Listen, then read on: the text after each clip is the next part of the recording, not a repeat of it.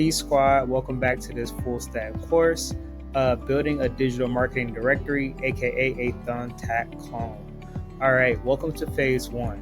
So phase one is called the design phase. Okay, so in this phase, we'll lay the foundation for our digital marketing directory website. So in videos 2 through 4, we'll define the structure, layout, and the design elements needed to create an engaging user experience. So basically what's going to happen in video 2 is that we're going to go over each one of the front end pages that we need, and we're also going to go over each of the elements that's required in video 2. So make sure you guys come back for the next video. All right, peace.